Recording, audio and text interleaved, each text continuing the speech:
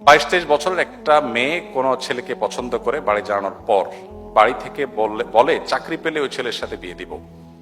ছেলে মেয়ে এক বয়সের এবং ছেলের পড়াশোনা শেষ করে চাকরি পেতে অনেকটা সময়ই লাগবে। মেয়ে অনেকবার বাড়িতে বোঝানোর চেষ্টা করার পরও বিয়ের জন্য রাজি হয় না, বরং মেয়ের মা রাগ করে বলে নিজে নিজে বিয়ে করে নিতে।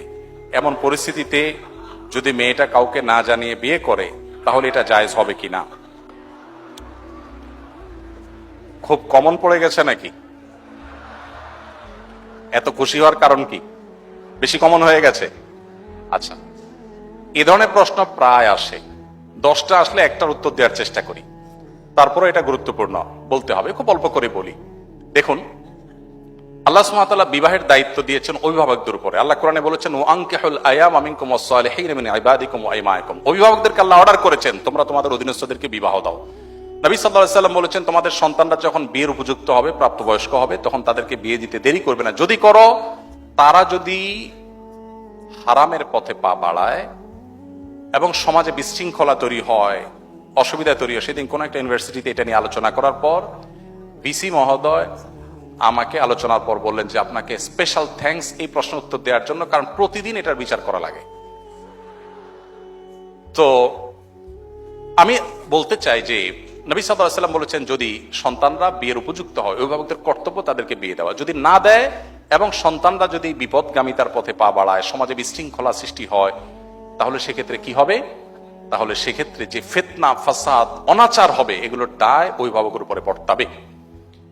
হারাম রিলেশন যারা করছেন, এখানে প্রশ্নের মূল প্রশ্ন যাওয়ার আগে একটা কথা বলা দরকার ছিল, সরি আমি ওখানে একটু ব্যাক করছি। সেটা হলো, বিবাহের আগে ছেলে মেয়েদের মধ্যে পরস্পরকে তথাকথিত ভালোবাসা নিবেদন করার নামে, প্রেম নিবেদনের নামে বছরকে বছর যে হারাম রিলেশন থাকে, এটা ইসলাম কেন হারাম করেছে? দেখুন, ডক্টর খন্দকার আব্দুল্লাহ জাহিদ রাহিমাহুল্লাহর চমৎকার একটা অ্যানালাইসিস আছে এই ব্যাপারে। স্যার বলেন যে দেখেন, একটা সাইক্লোনে, একটা ঘূর্ণিঝড়ে একটা দেশের বেশিরভাগ মানুষ মারা যেতে পারে, ওইটা আবার রিকভার করা সম্ভব।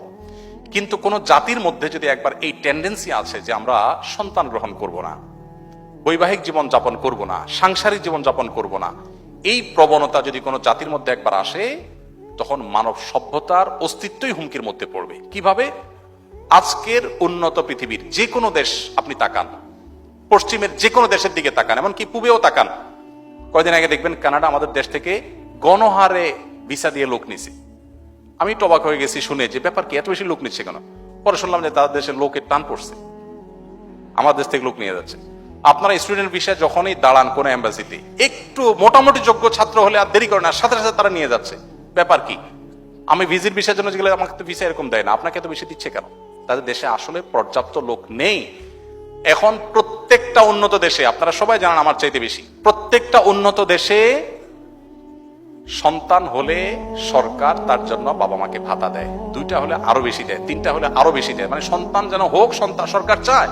কিন্তু বাস্তবতা হলো তাদের দেশে এমন ভাবে জেনারেশন গ্যাপ তৈরি হচ্ছে যে দেশ চালাবার মতো পর্যাপ্ত মানুষ নেই। ওই যে বিবাহকে তারা ডিনাই করেছে, বিবাহ বহির্ভূত সম্পর্ককে অ্যাপ্রিসিয়েট করেছে, তার পরিণতি তারা ভোগ করছে, আরো হয়তো চরম পরিণতি অপেক্ষা করছে। তো এই জন্য বিবাহ বহির্ভূত সম্পর্ক হালাল নয়, এখান থেকে বেরিয়ে আসতে হবে।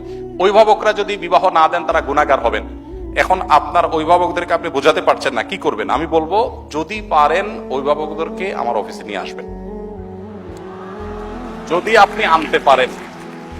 আপনি আনতে পারেন, আমি ইনশাআল্লাহ চাচা চাচিকে বোঝানোর চেষ্টা করব ইনশাআল্লাহ।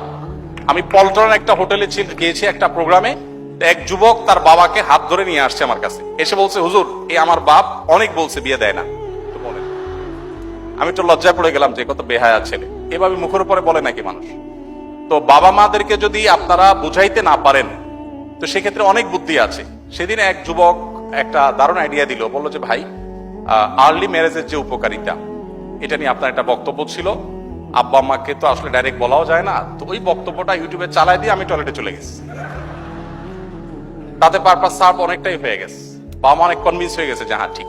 তো যাই হোক, আমাদের বাবা মাদেরকে আমি অনেক সময় বলি, এখানে তো আর মুরব্বীরা নাই, ওনাদেরকে থাকলে আমি বলতাম, এবং অনেক সময় আমি বলি, আমাদের মুরব্বীরা, বাবা মারা, ওনারা যে বয়সে বিয়ে করেছেন, এখনকার সন্তানদের সামনে সোশ্যাল মিডিয়া যে ফিতনার সয়লাব চলছে, তাদের তার চাইতে বেশি আর্লি বিয়ে করার প্রয়োজন হয়। আমি অনেক জায়গায় বলেছি যে আমি কিন্তু এই বয়সে নানা হয়ে গেছি, কেউ বিশ্বাস করে না।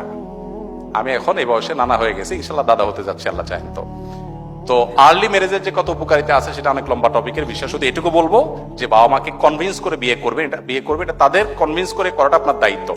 হানাফি মাযহাব অনুযায়ী প্রাপ্তবয়স্ক মেয়ে নিজে নিজে সিদ্ধান্ত নিয়ে বিয়ে করলে বিয়েটা বাই ল কোরআন হাদিসের আলোকে শুদ্ধ হয়ে যাবে। যদিও অন্যান্য ইমামদের মতে অভিভাবকের সম্মতি ছাড়া মেয়ের বিয়ে বিশুদ্ধ হবে না। তো এই জায়গাটাতে আমি বলবো বোনদেরকে, ভাইদেরকে যে বাবা মাকে কনভিন্স করার চেষ্টা করুন, নানাভাবে কনভিন্স করার চেষ্টা করুন। এটা সিরিয়াস ইস্যু এবং তাদেরকে জানিয়ে বিয়ে করা ভালো। অনেকে বলে হুজুর পালিয়ে বিয়ে করা যাবে কিনা? আমি বিয়ে তো চুরি না, পালাতে হবে কেন? কনভিন্স করে অভিভাবকদেরকে বুঝিয়ে তারপরে করেন। এই চ্যালেঞ্জগুলো ওভারকাম করতে হবে। আপনি যুবক মানুষ, বিশ্বজয় করবেন কিভাবে? শুধু বিয়ে যদি করতে না পারেন বাপ মাকে বুঝিয়ে। বিয়ে করার ব্যাপারে বাপ মাকে যদি ভালো করে বোঝাতে না পারেন, আপনি দুনিয়া জয় করবেন কোত্থেকে? এই ছোট কাজটা যদি না পারেন, চ্যালেঞ্জ নিতে হবে, কিন্তু তাদেরকে বোঝানোর চেষ্টা করতে হবে।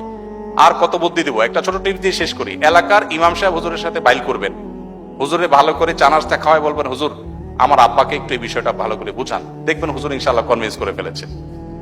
তো যে কোনো ভাবে বাবা মাকে সন্তুষ্ট করে করার চেষ্টা করুন। যদি না করেন, নিজেরা করতে চান গুনাহ থেকে বাঁচার জন্য, আর কোনো উপায় নাই, সেক্ষেত্রে বললাম যে হানাফি থট অনুযায়ী বিয়ে বিশুদ্ধ হয়ে যাবে, যদি অন্য ইমামদের মতে হবে না।